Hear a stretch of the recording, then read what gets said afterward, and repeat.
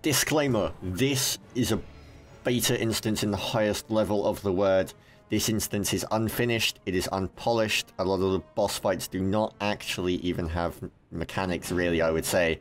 However, I thought you would like to see this, as they did take it off of the beta at the moment. I thought you would like to see it. Temple of the Jade Serpent, the other instance that was available for a short while.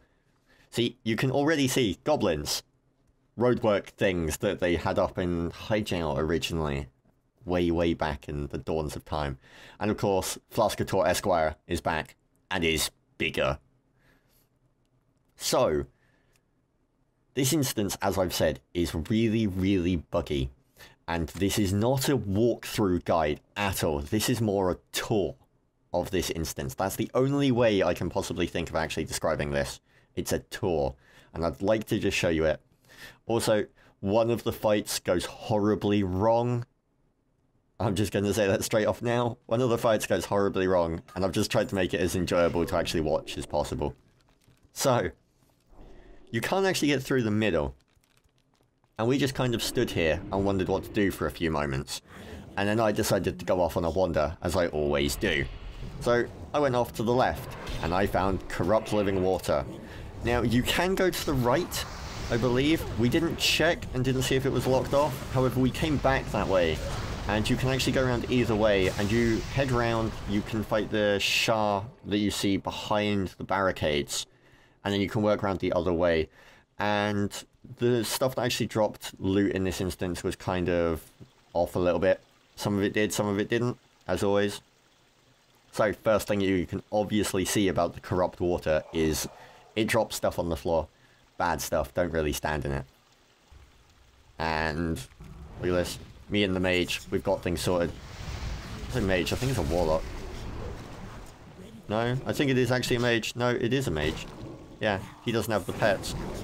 So you go, you can see that I'm with Banan again. And of course Kazop. I think we kept those two, and you'll see one of our guys get swapped out for what I can only possibly say is the worst rogue I have ever seen. But I'll be a little nice to him. He may just not understand English, or, you know, may have come from a different server, or may be really tired or high, but you'll see him when we get that far. So, the corrupt droplets that spawn from the water are rather annoying, but our mage has already run off ahead and is happily doing things, like, say, dead stuff.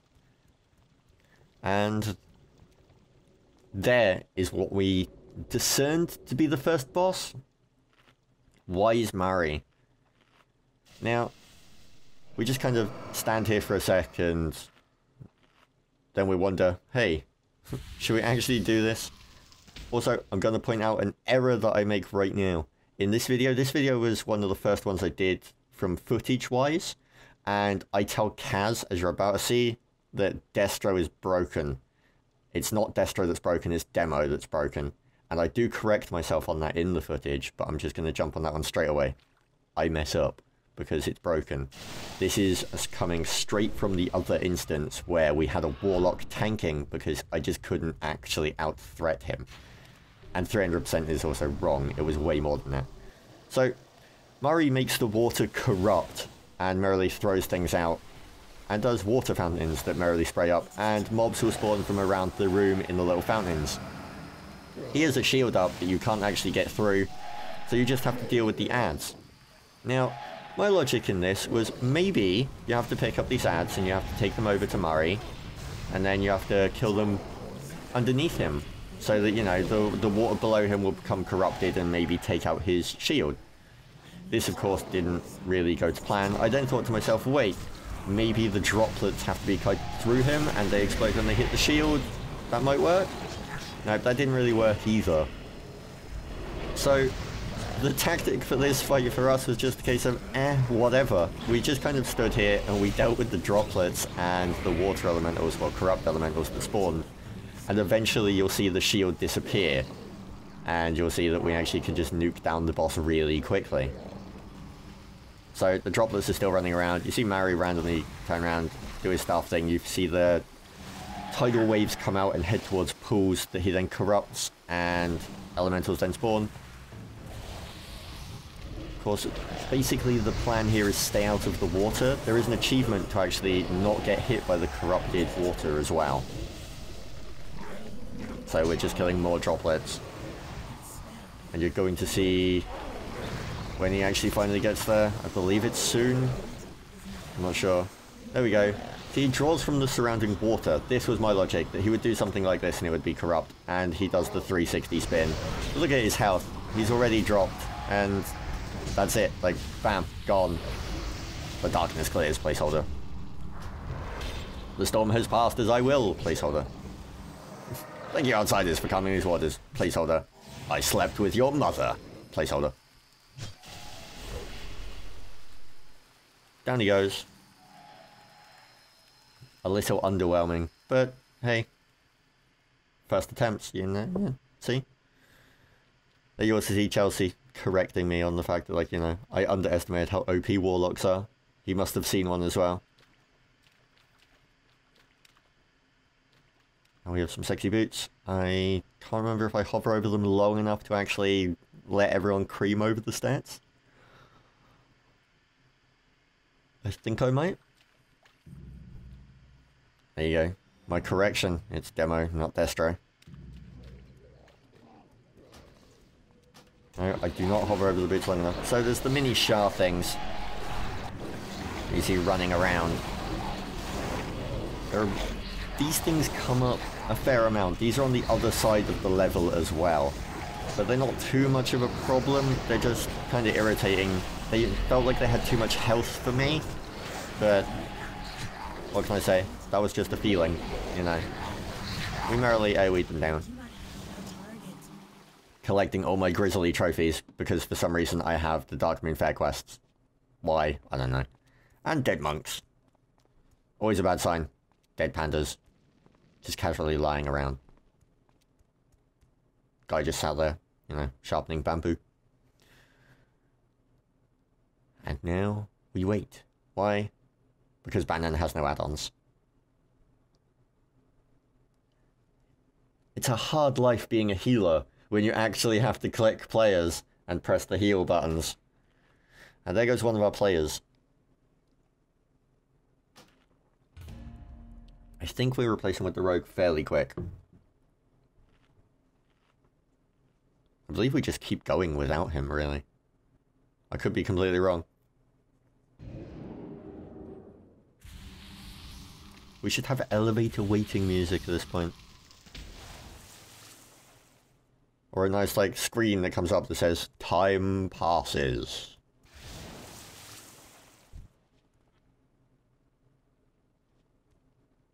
Yes, Blink works weirdly on beta at the moment, as you see the mage mentioning.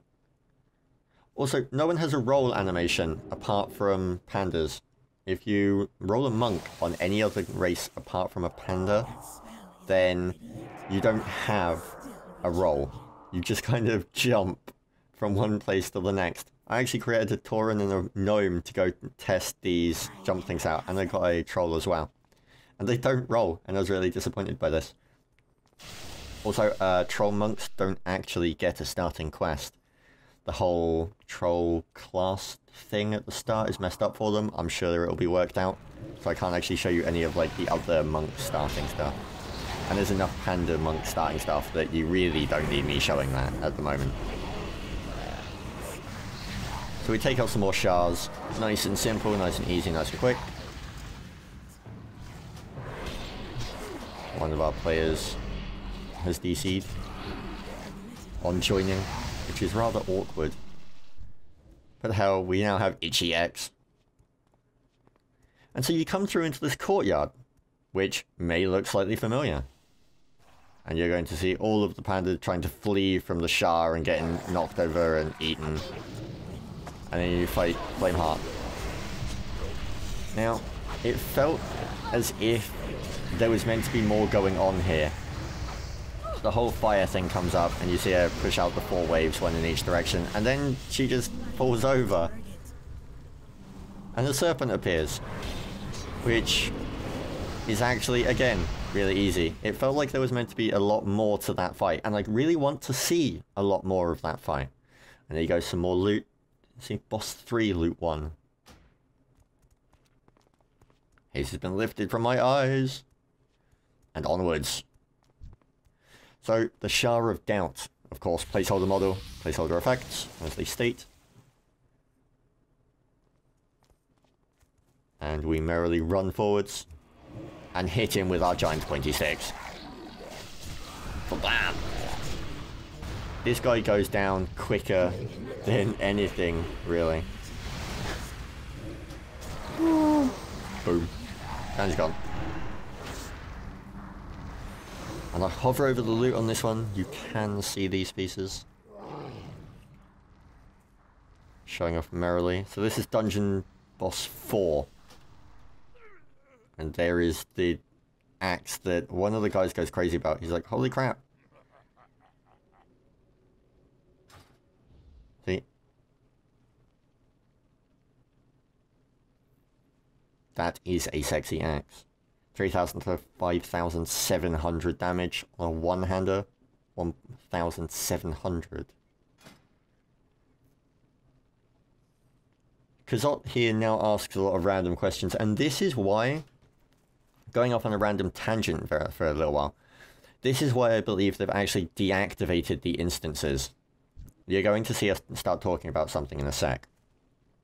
And this is how people could get to Pandaria already, even though there wasn't a breadcrumb quest to take you there. If you died in the instance, you could then release, and it would spawn you outside the instance in Pandaria. And if you went and spoke to the spirit healer, you could res outside in Pandaria. And there was no quests. There was no actual mobs of any significance. There was just the random wildlife mobs and flight paths, and that was it. In one area, and if you tried to leave this area, you hit the No Man's Land Forbidden Zone thing that got you marked and flagged by Blizzard. So after running around for a few minutes, thinking that this instance was done, we finally found more trash. And as you say, not sure if this is continuation or just random pack, because it may just be a side corridor thing. Always, you know, actually giving information to these guys. The Kaz asks if there's anything to actually do in Pandaria. These mobs are rather irritating and take a while.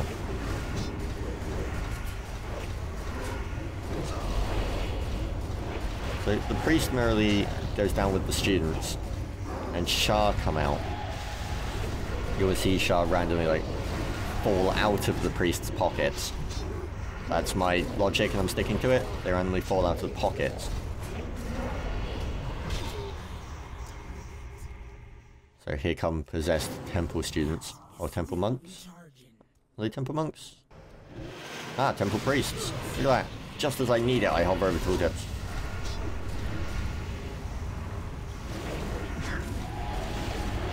I've said it in the other video, and I'm going to say it in this one, that I love DK AoE. I love having Unholy Blight and Death and Decay if I need them. And there you go, merrily the Shah falls out of his pocket as he's running away.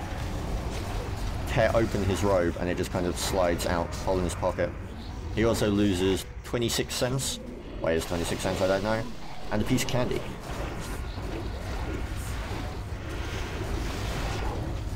This trash takes way too long. Just this little pack. I don't know why. I just feel that it takes too long. Taking a sip of drink. So here come some more students. I don't believe this is a gauntlet. I don't believe this is meant to be a gauntlet. And I don't treat this as a gauntlet, I will admit. It could be planned to be that way. There is one in the other instance, although it would be rather overused if both of the dungeons that you could go in when you start had, you know, gauntlets in them. Why I drop a skull, I have no idea. These things die at a fairly decent pace. The little students, the ones that are actually like spitting shower everywhere, they take a bit longer. So they're all down. No, there's one more. Priest hiding underneath the giant beholder of doom. Come on. Die, you giant fat excuse for whatever you are. And down he goes. Finally. At 130 grizzly trophies. Soon I'll have my quest complete.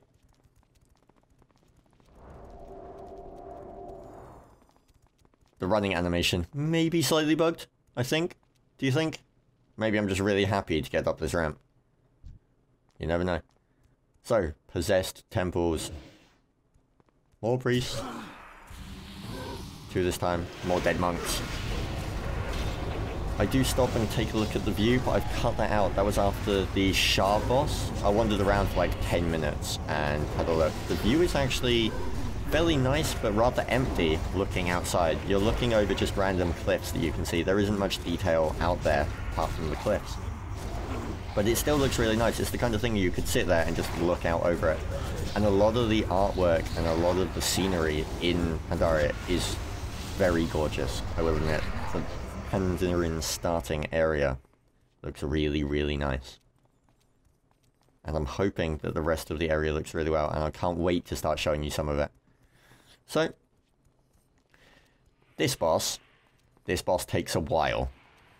And I'm not even sure if it's a boss. I believe it's a boss because of how it plays out and the fact that I believe it's meant to have loot, but it doesn't drop any, and it takes us a while. And I will say right now, the tactic we use is not simple, it's not the best tactic, and by no means should you try to replicate our tactic because it's absolute failure.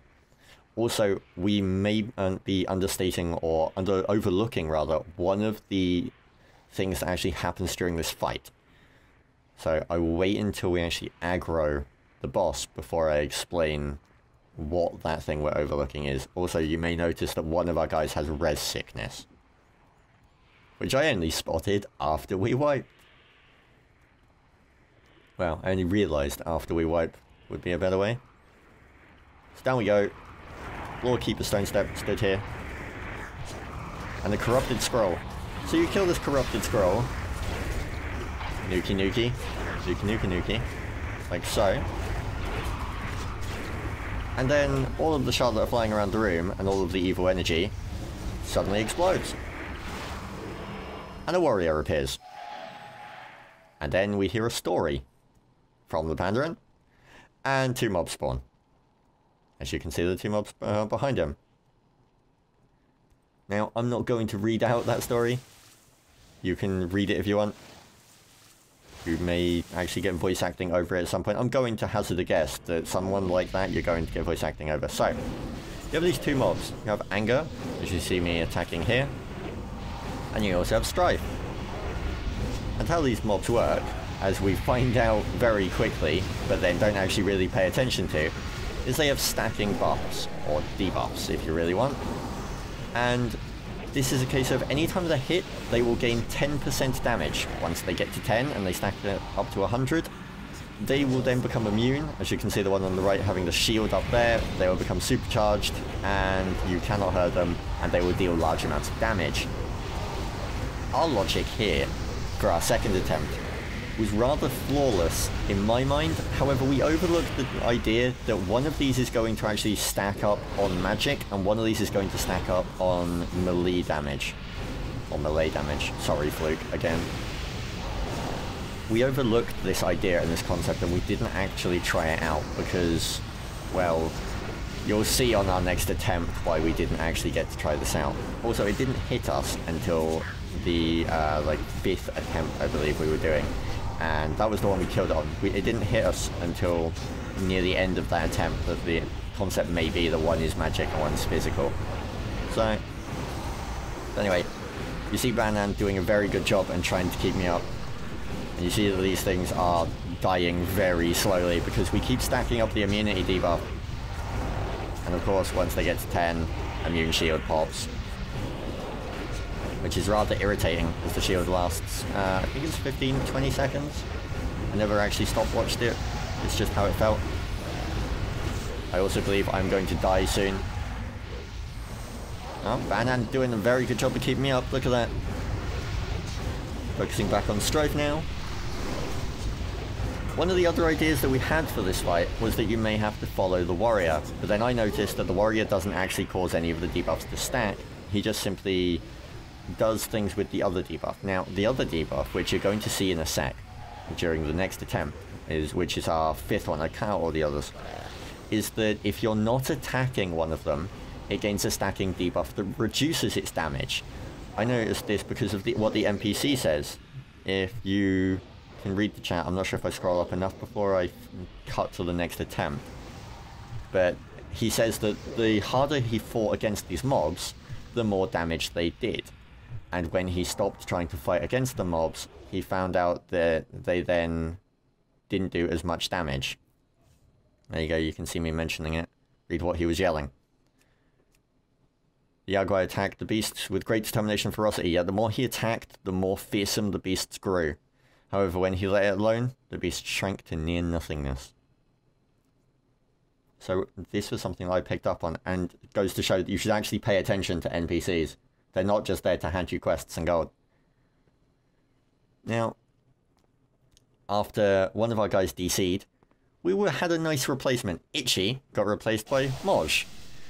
And Moj is quite possibly one of the worst rogues I have seen for a very long time. So, you can see me typing out the tactic here. The tactic that we use is really simple.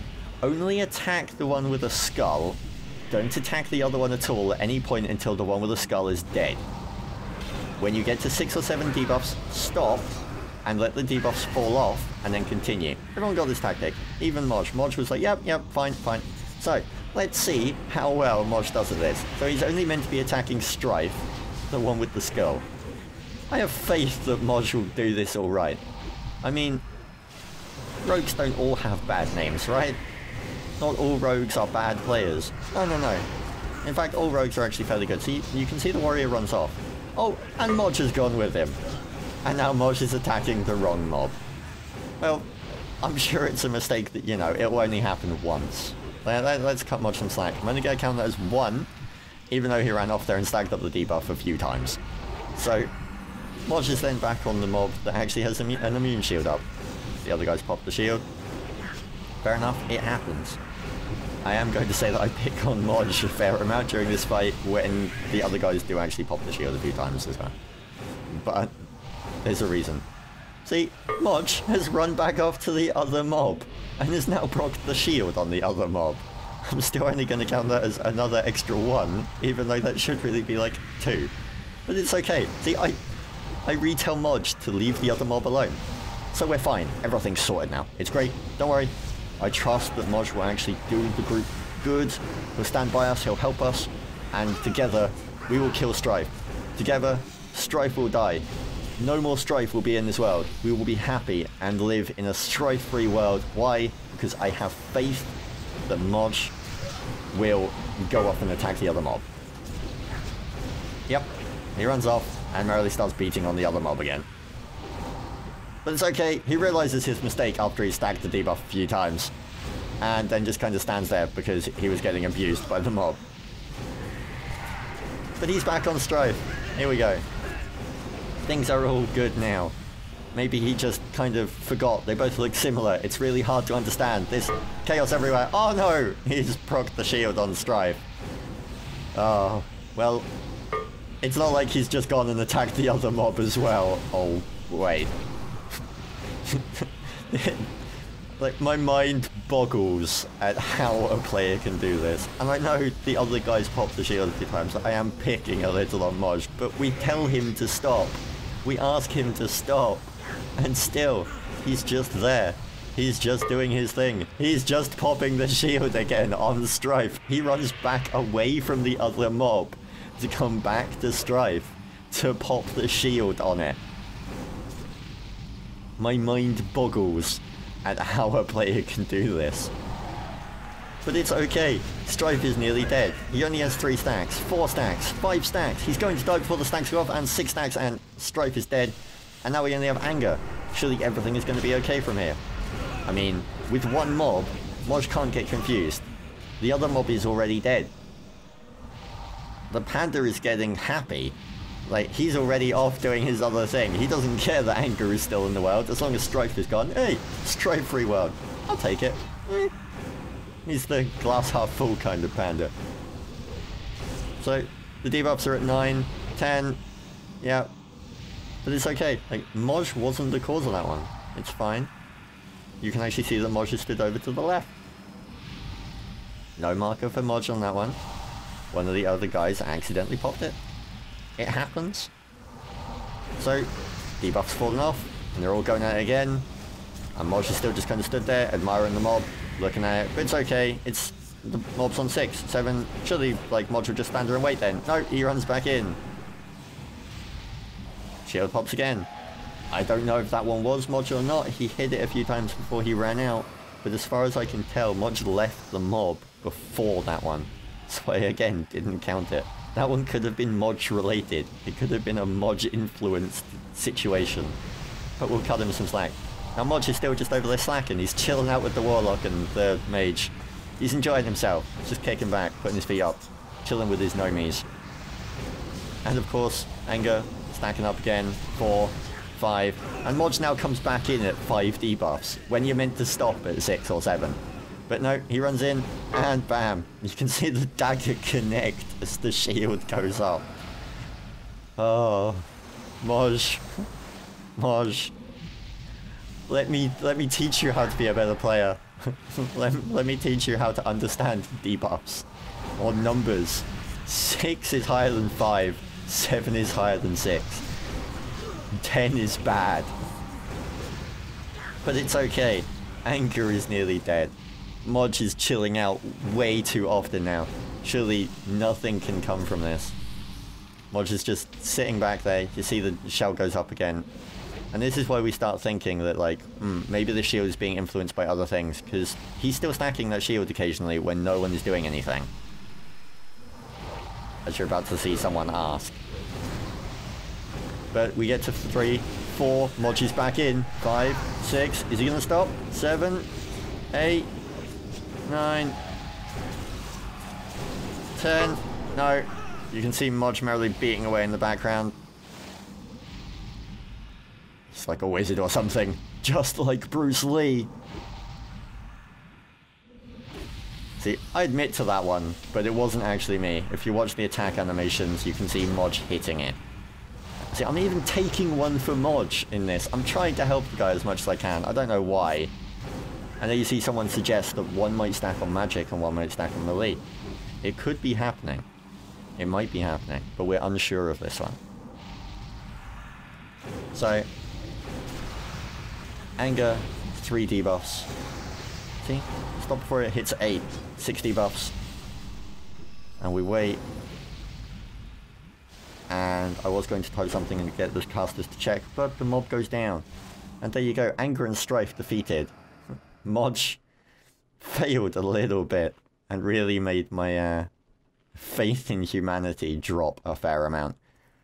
But with Anger and Strife dead, we can happily go on through the library. And what do we have in the library? We have really odd mobs, like singing birds and talking fish in bubbles. And of course, Shah. Shah. So, the talking fish mob is rather awesome. The songbirds, songbirds are just generic trash in my opinion. But the talking fish is badass. So we merrily get through this songbird. There you go. More grizzly trophies. You can see I'm not the only one with the grizzly trophy. I share it with Modge. Me and him have a common bond. So we get rid of this Shah as well, which takes a little while longer to kill. Health slowly going down. Spiking down now. You can watch the health bar. And bam. This room is also rather buggy. We actually aggroed some of the trash while we were standing downstairs waiting. So here you go. What man asks favour of a fish? The talking fish says.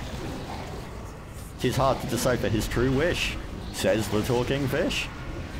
He often seeks a lordly dish, says the talking fish, to serve upon his table. So says Jim. The fish is dead. The Shah are dying. The Shah are down. No, there's one still left, fighting for his brethren. You can do it. No. No, there's one still left, even more.